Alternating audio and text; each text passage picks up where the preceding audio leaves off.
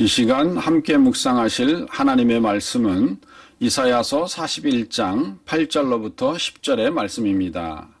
그러나 나의 종 너 이스라엘아, 내가 택한 야곱아, 나의 벗 아브라함의 자손아, 내가 땅끝에서부터 너를 붙들며 땅 모퉁이에서부터 너를 부르고 네게 이르기를 너는 나의 종이라.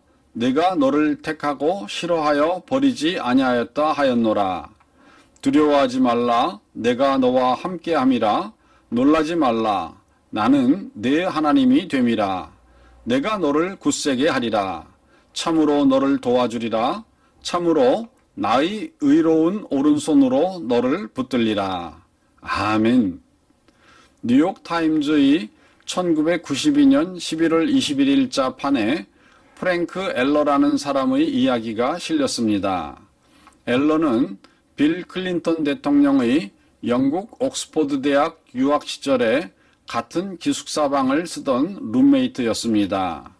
그러나 엘러는 1971년에 자살하였고 클린턴은 21년 후 미국의 42대 대통령이 되어 8년간 미국을 이끌었습니다. 당시 엘러는 신문학을 전공한 뛰어난 수재였으며 집안의 경제적인 배경도 클린턴보다는 훨씬 나았습니다. 그런데 이처럼 같은 시대에 같은 학교, 같은 기숙사 한 방에서 함께 친구로 지냈던 이 두 젊은이의 장래가 심히 달랐던 것을 놓고서 많은 의견들이 있었습니다. 결론은 엘러가 인생의 어두운 면들을 너무나 심각하게 생각하며 거기에만 빠져 살았기 때문이었다는 것입니다.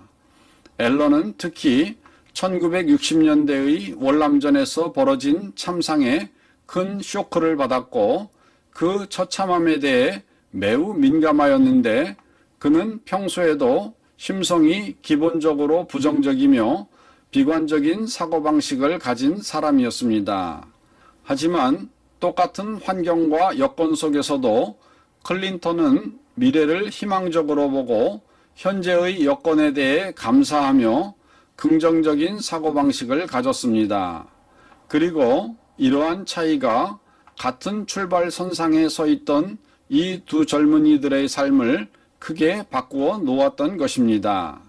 사실 빌 클린턴은 어려서부터 매우 열악한 환경에서 자라났지만 삶의 태도는 매우 희망적이고 건설적이었습니다.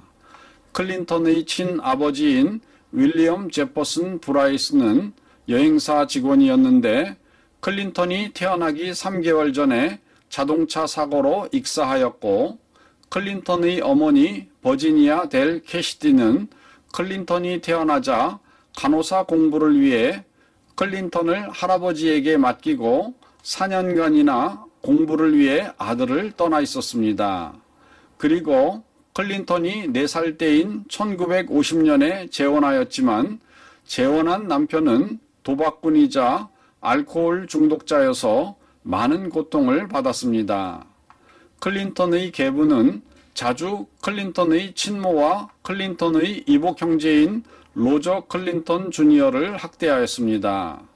그래서 클린턴은 이들을 보호하기 위해 여러 차례 자신의 계부를 폭력으로 제압해야만 했습니다.